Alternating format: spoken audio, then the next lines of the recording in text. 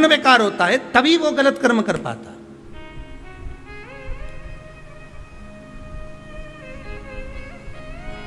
क्यों करा जाता है पूर्णिमा का व्रत? पूर्णिमा का व्रत करने का कारण क्या है बताइए? आप इतने सालों से कर रही हो, कई माताएं कर रही होंगी पूर्णिमा का व्रत। एक समय फलाहार करती हैं, एक समय भोजन करती हैं। भोजन में खीर का होना जरूरी होता है पूर्णिमा के व्रत में, दूध की सामग्री होना जरूरी होती है पूर्णिमा के व्रत में। 12 महीने की पूर्णिमा करो मना नहीं है। और पूर्णिमा उठाने का भी समय होता है चैत्र के महीने की जो पूर्णिमा होती है, चैत्री पूर्णिमा पहली पूर्णिमा मानी जाती है, इसलिए चैत्री पूर्णिमा को सिद्ध पूर्णिमा कहते हैं, कार्य सिद्धात्री पूर्णिमा कहते हैं, सिद्ध करने वाले। मनोरथी पूर्णिमा कहते हैं।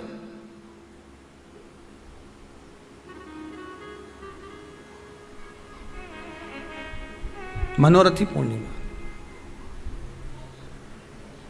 इसलिए पूर्णिमा का व्रत कहां से उठाया जाता है? चैत्र के महीने की पूर्णिमा से पूर्णिमा का व्रत उठाया जाता है कि मैं महीने की पूर्णिमा करूंगी तो वो चैत्र पूर्णिमा से उसको उठा लिया जाता है। पर उसका एक नियम रहता है, आप फलाहार करें अपनी जगह पर है, पर एक समय भोजन कर रहे हैं वो अपनी जगह पर, भोजन के साथ में मीठे के साथ थोड़ा दूध की सामग्री होना जरूरी होती है।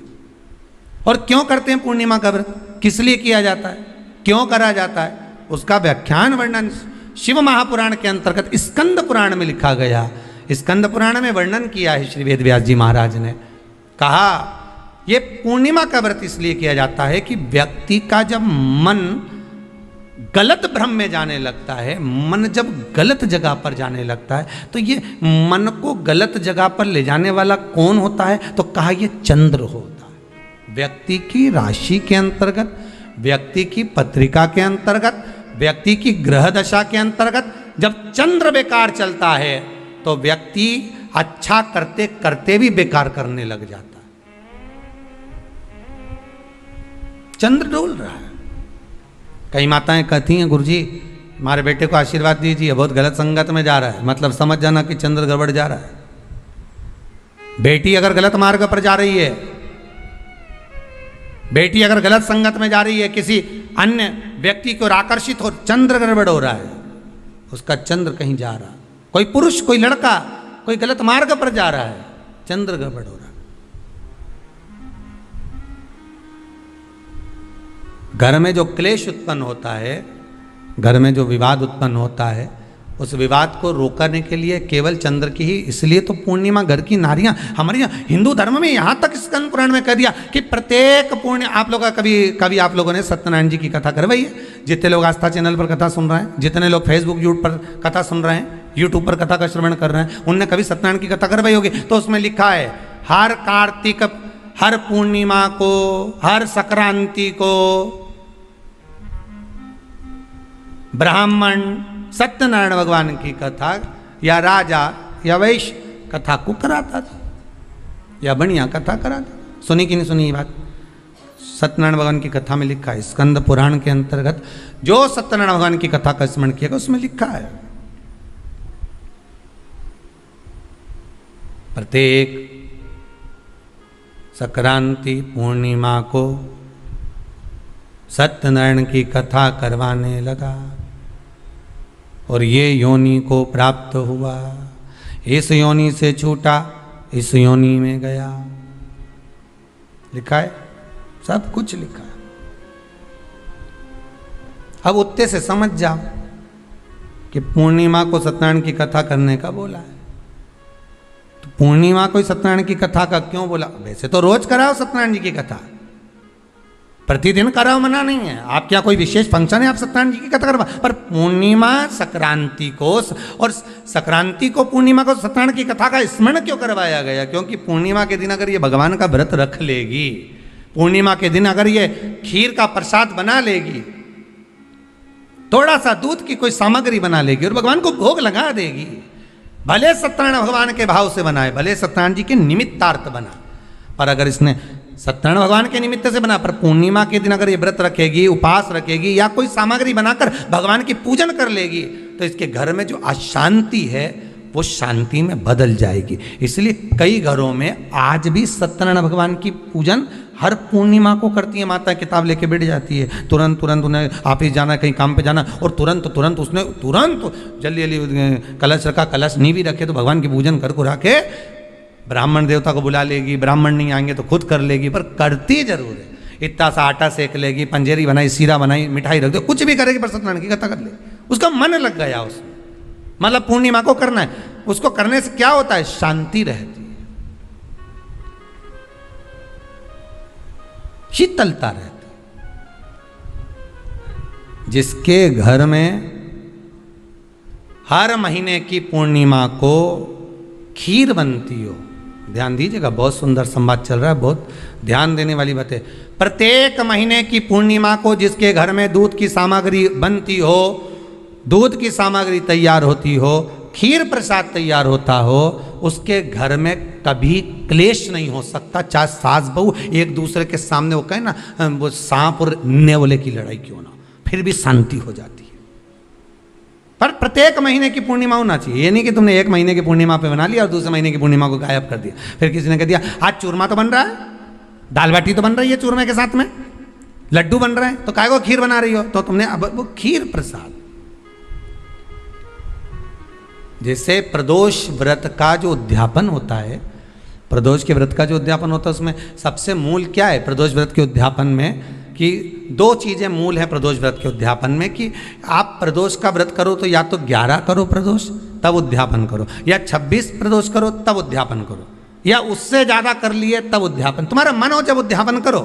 पर उद्यापन की मूलता में दो चीज़ है कि प्रदोष के दिन के एक दिन पहले गणेश जी की पूजन हो जाना चाहिए। उद्यापन की जो पूजन होती है वो पहले गणेश जी की पूजन एक दिन पहले हो प्रदोष के, और प्रदोष वाले दिन फिर हवन यज्ञ पूजन करा। और हवन में क्या चीज जरूरी है, खीर बनाकर 108 बार शंकर जी की नाम की पार्वती के साथ की आहुति देना जरूरी है। खीर की महत्वता है।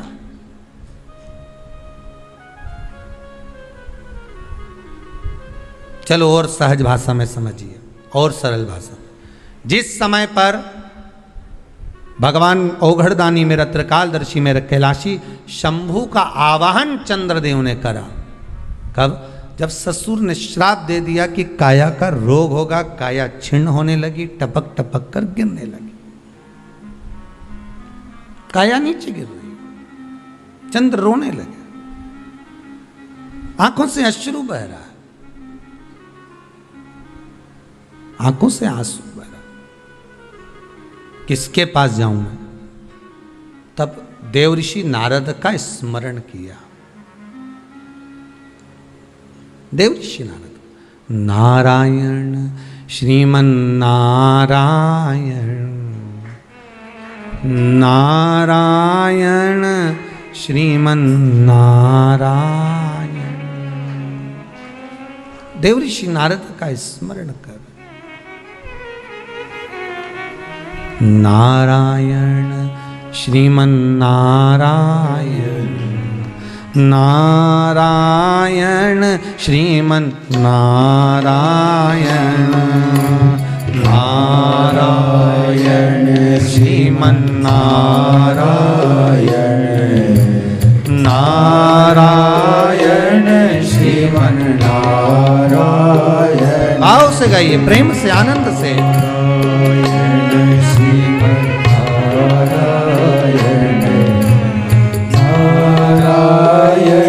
श्रीमन नारायण, ओ नारायण श्रीमन नारायण, ओ नारायण श्रीमन नारायण, नारायण श्रीमन नारायण, नारायण श्रीमन नारायण, नारायण श्रीमन नारायण, नारायण श्रीमन नारायण।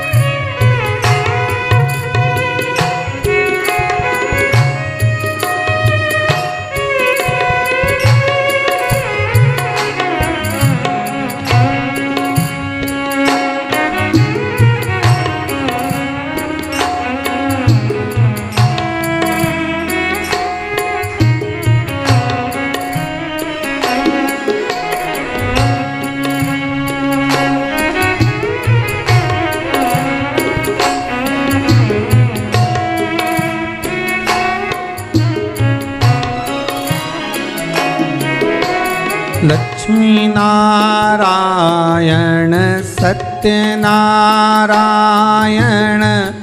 नारायण हरि नारायण लक्ष्मी नारायण सत्यनारायण नारायण श्रीमन्नारायण। ओ लक्ष्मी नारायण सत्यनारायण नारायण हरि नारायण लक्ष्मी नारायण सत्यनारायण नारायण हरि नारायण। बोलो नारायण श्रीमन नारायण नारायण श्रीमन नारायण नारायण श्रीमन नारायण नारायण श्रीमन्नारायण।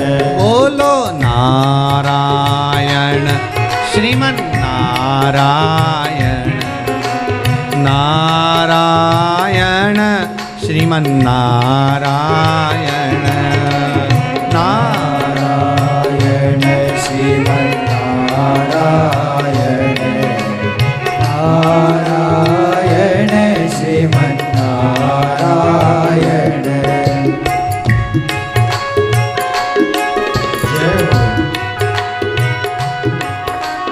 हर बोलो हरि बोल।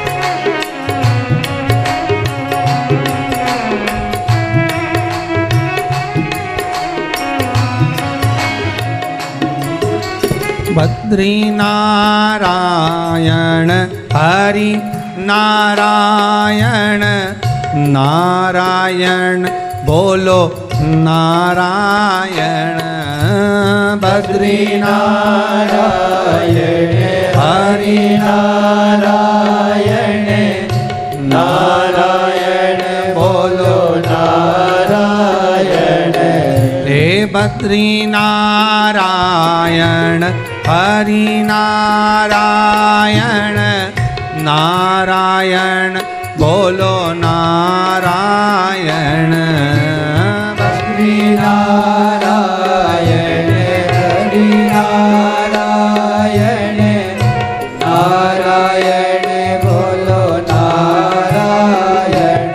बोलो नारायण श्रीमन नारायण नारायण हरि नारायण नारायण श्रीमन नारायण नारायण हरि नारायण।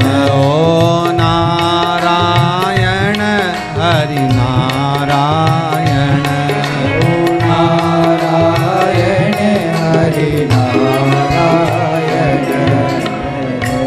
देवर्षि नारद को याद किया चंद्रदेव ने कि मेरी काया क्षीण हो।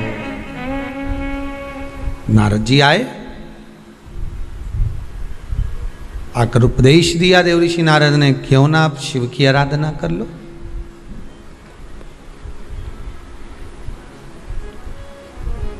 पूर्णिमा का जो व्रत है भगवान विष्णु का भी है तो शिव का भी है, दोनों स्वीकृत है।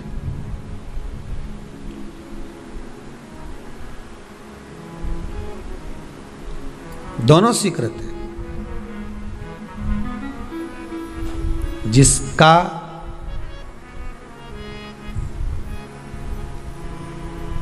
चंद्र आपकी पत्रिका में, आपकी राशि में, आपके स्वरूप में, हर व्यक्ति के संपूर्ण शरीर के अंदर 33 कोटि देवता विराजमान है। अलग अलग इंद्रियों पर अलग अलग देवताओं का निवास है।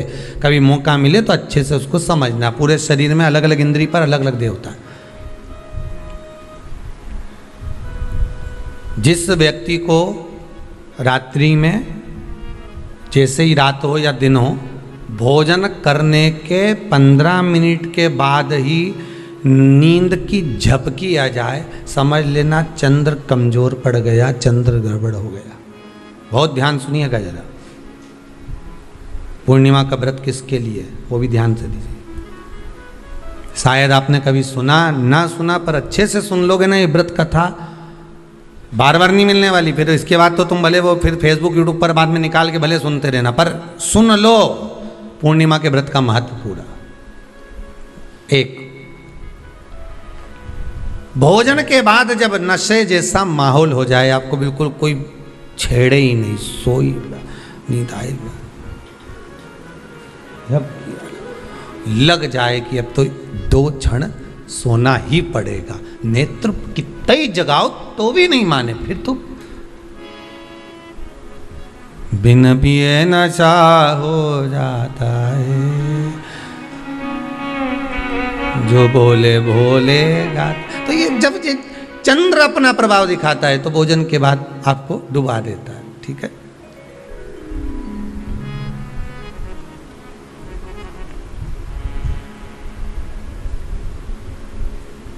एक बहुत सरल भाषा में कहेंगे, आपको थोड़ा समझना पड़ेगा कि कहीं कहीं आपने सुना होगा कि 14 और पूर्णिमा पे कहीं गया होगा इसलिए ऐसा हो गया। बोले सुना है कि नहीं सुना? 14 पूर्णिमा पे कहीं गया होगा या 14 पूर्णिमा पे कहीं गई होगी तो ऐसा हो गया। क्यों कहते हैं, उसका कारण क्या है? आखिर बात 1400 पूर्णिमा को क्यों लोगों ने बदनाम कर दिया कि 14 पूर्णिमा पे कहीं गई होगी तो बाल खोल के गई होगी, या ऐसा करा होगा तो वैसा करा होगा तो ऐसा हो गया, या ये चीज़ इसके साथ में ऐसा हो गया, या एक्सीडेंट हो गया, या ये चीज़। कारण क्या होता है? क्यों पूर्णिमा और अमावस्या के समय पर ही ज़्यादा एक्सीडेंट के योग बनते हैं?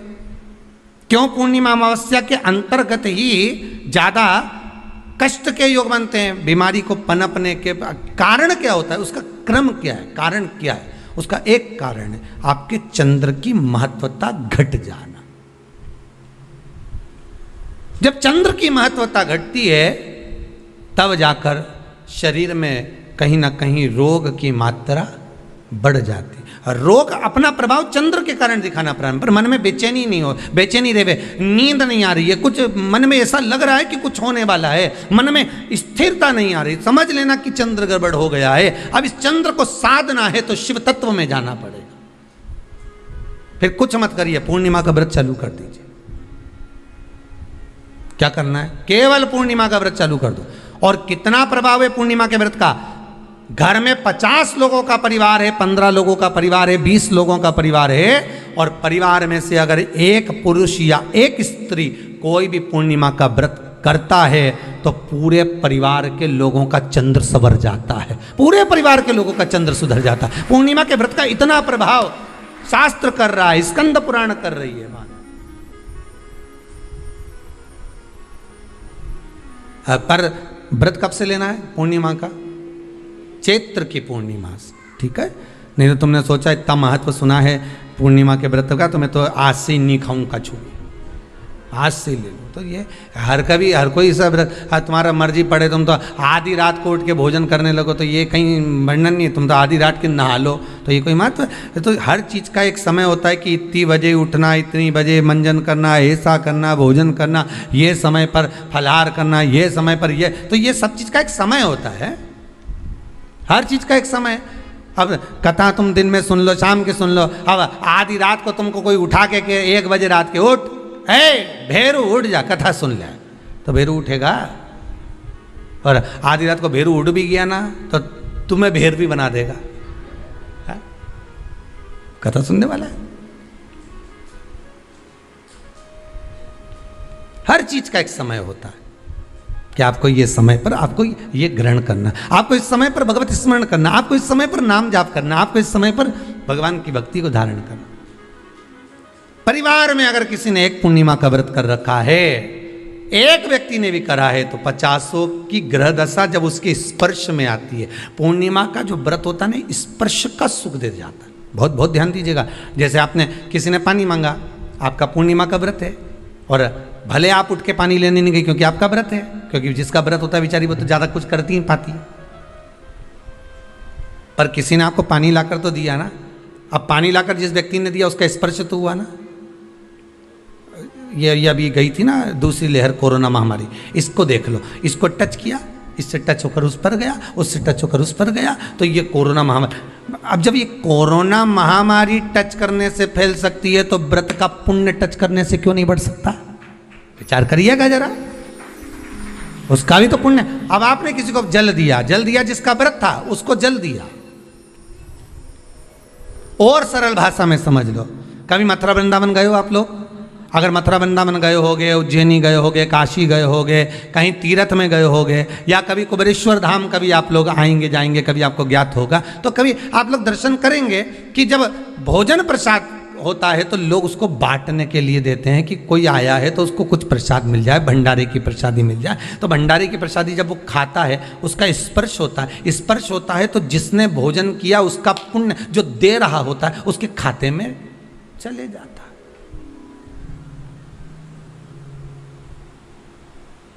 उसके खाते में गया वो। पूर्णिमा के व्रत का नियम है, घर में एक सदस्य भी कर रहा है, किसी ने उसको भोजन बनाकर थाली में कुछ प्रसाद फलाहार सामग्री दी, उसका स्पर्श बड़ी बहू को हुआ, बड़ी बहू रसोई घर में गई, उसने बाकी की चीज़ों को छू लिया, उसको देवरानी ने छू लिया, देवरानी ने कोई बर्तन छुआ, उससे तीसरी देवरानी ने देखा, उसने कोई चीज़ छू ली, तो वो छूते छूते छूते छूते वो पूर्णिमा का प्रभाव पूरे घर के लोगों को हो जाता है, और उनका चंद्र इतना प्रबल हो जाता है कि अपने आप उनकी बेचैनी, उनकी आलसता समाप्त हो जाती है। नहीं तो एक व्यक्ति के कारण पूरे चंद्र दशा खराब। एक दुखी तो सब दुखी, एक सुखी तो सब सुखी। वो देख ले कि हाँ इसको सुख मिल गया है, अब ठीक है।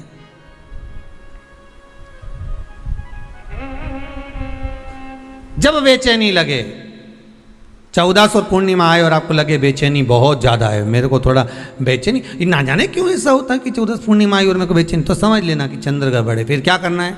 एक व्रत घर का कोई भी सदस्य पूर्णिमा का प्रारंभ कर दे। ज़्यादा नहीं करो तो थोड़ी करो, पर करो, व्रत करना।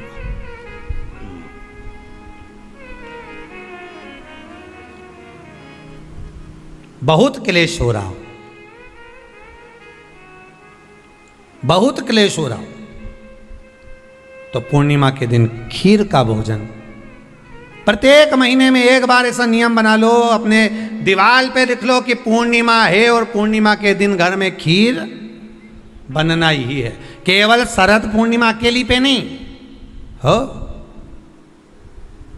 तुम एक पूर्णिमा पे तो बनाते हो खीर, शरद पूर्णिमा के दिन तो खूब जोरदार बना बोनो के ना डोलची के छत पे धर दो, उठा के भगोनी इधर दे, कहीं कहीं तो छत पे बनाए। तो बच्चे पूछ ले मम्मी ये छत पे क्यों रखी है, तो क्या अमृत गिरेगा?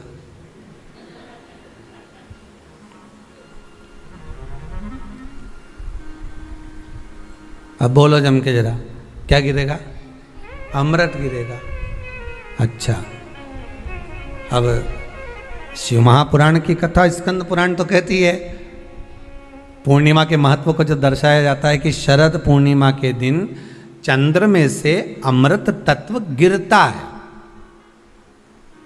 गिरता है। पर कब गिरता है? अरे जम के तो बोलो, जब उस खीर का ढक्कन हटा हुआ, केवल खीर का नहीं अपना भी ढक्कन हटा हो, तभी तो अमृत गिरेगा।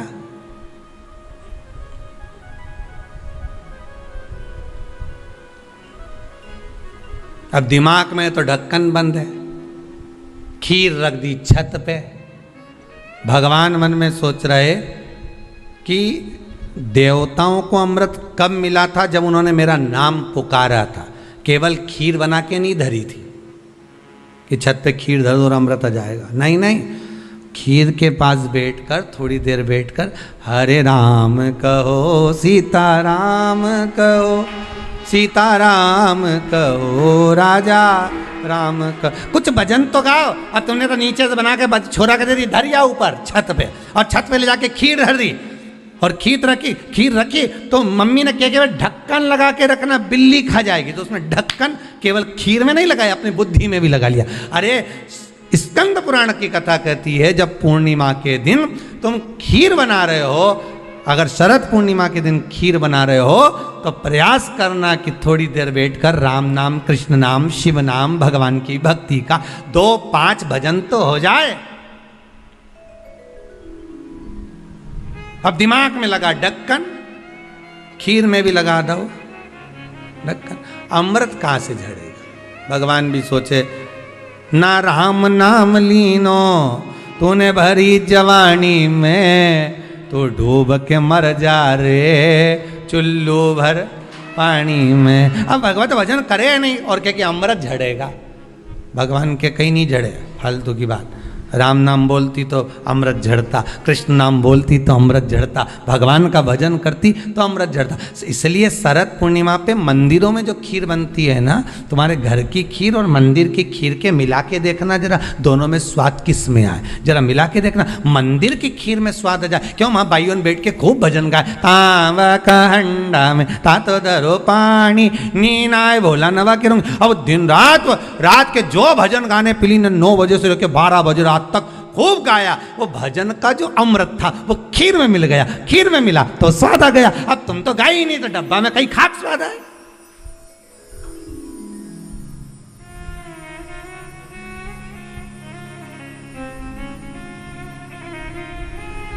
अब रात्रि को छोरा से क्या, जा खीर उठाना नीचे, जो खीर लेके आया ने खा के देखी तो ये खीर तो फटी गई।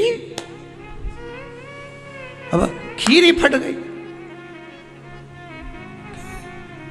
छोरा से 2 धर के दिया, कर तो ढाक के नहीं आया था? नहीं ढाक के आया। तो इसमें तो मैंने वो चिरौंजी डाली थी, दाग चिरौंजी, पर ये बिजली का कीड़ा होने कहाँ से?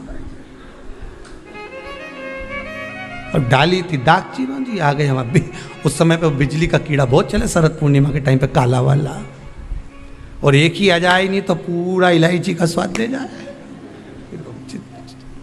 अब डाली थी दाग चिरौंजी, आ गया वह कीड़ा बिजली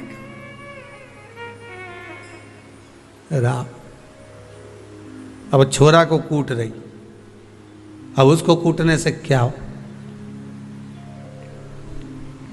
ये तो उसी में का हाल नहीं हो गया।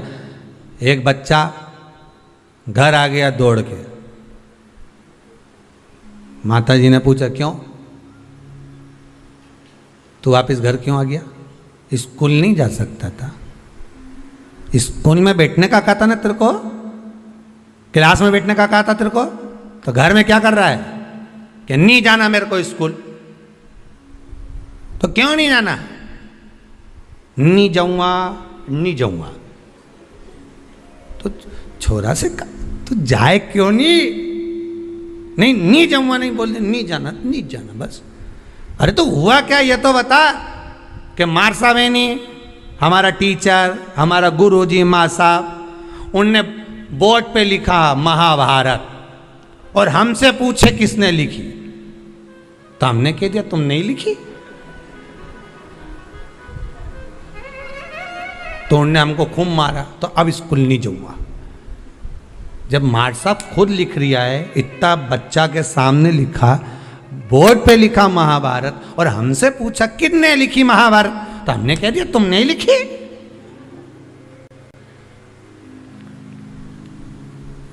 तो उन्होंने तो हमको टेबल पे खड़ा करने खूब दोचा, जैसे मंदिर के घंटा हो, खूब बजाया, खूब मारा। इसलिए अब नहीं जाऊंगा स्कूल। इतने में माँ ने हाथ पैर जोड़े, वो महाभारत किसने लिखी थी ये पूछा था, तो हम वही तो बोल रहे हैं माँ साहब ने लिखी थी।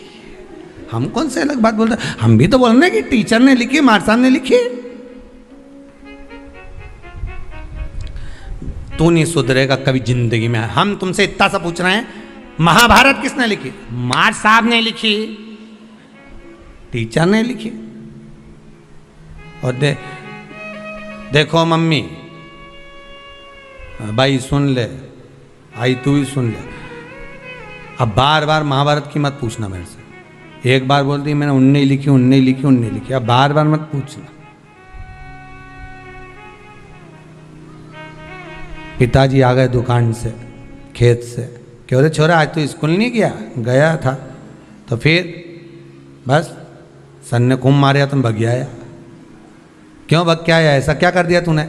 तो मार साहब खुद लिखे, बोर्ड पे लिख दी महाभारत, और मुझसे पूछ रहे महाभारत किसने लिखी। मैंने भी कह दी तुमने ही लिखी। तो मार साहब ने खूब मारा, मैं अब नहीं जाऊंगा। तो पिताजी बोले रे मूर्ख, तुझे बता देना तो महाभारत किसने, तो वही तो बताया कि माँ साहब ने लिखी। पिताजी भी क्या बोलेगा।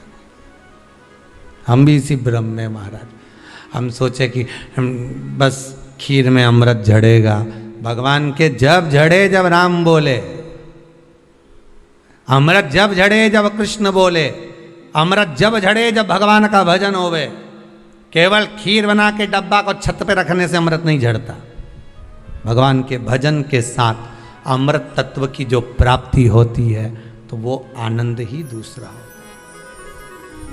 किसी ने भजन में गाया है, आपने सुना होगा, अमृत है हरि नाम प्रभु का, अमृत है हरि नाम प्रभु का, इसे छोड़ विष पीना क्या, हरि नाम नहीं तो जीना क्या, प्रभु नाम नहीं तो जीना क्या। ये अमृत तत्व भगवान की भक्ति का होना चाहिए।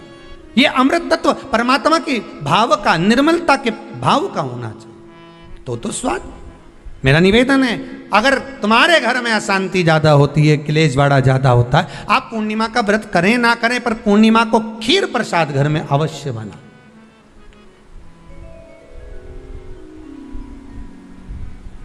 बारह महीने की पूर्णिमा करके देखने में क्या जा रहा है? देख लो बना के। नहीं तो ना तो सियोर वाला महाराज तुम्हारे यहाँ खाने आ रहा है, नहीं तो खीर तो अपने घर में ही है। कोई महाराज तो नहीं आएगा खाने के लिए कि सियोर वाला महाराज को तुम खीर का डब्बा पहुंचा दो कि हर महीने की पूर्णिमा को तुम्हें ही खाना है, तुम्हें ही बनाना है। इतनी सी बना लो, पर बनाओ, देखो कि घर में शांति होती कि नहीं होती। बनाकर जाने में क्या जा रहा है? नहीं तो खीर तो है ही सरी। अगर शांति नहीं हुई तो खीर तो है, खा ही लेंगे, पर बना के देखने में कुछ जा रहा है क्या? बनाओ।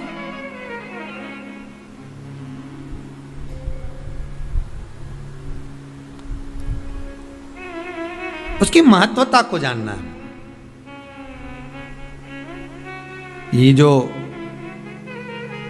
हवन में, यज्ञ में खीर की जो आहुतियां छूटती हैं, ये इसका महत्व तो बहुत है महाराज।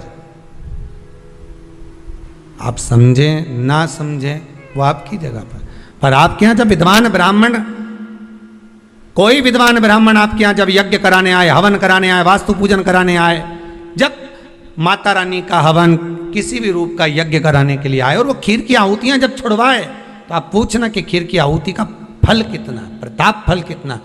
पूरे यज्ञ में वो खीर की आहुतियां लक्ष्मी के लिए जो दी जाती है, वो लक्ष्मी की वृद्धि कर देती।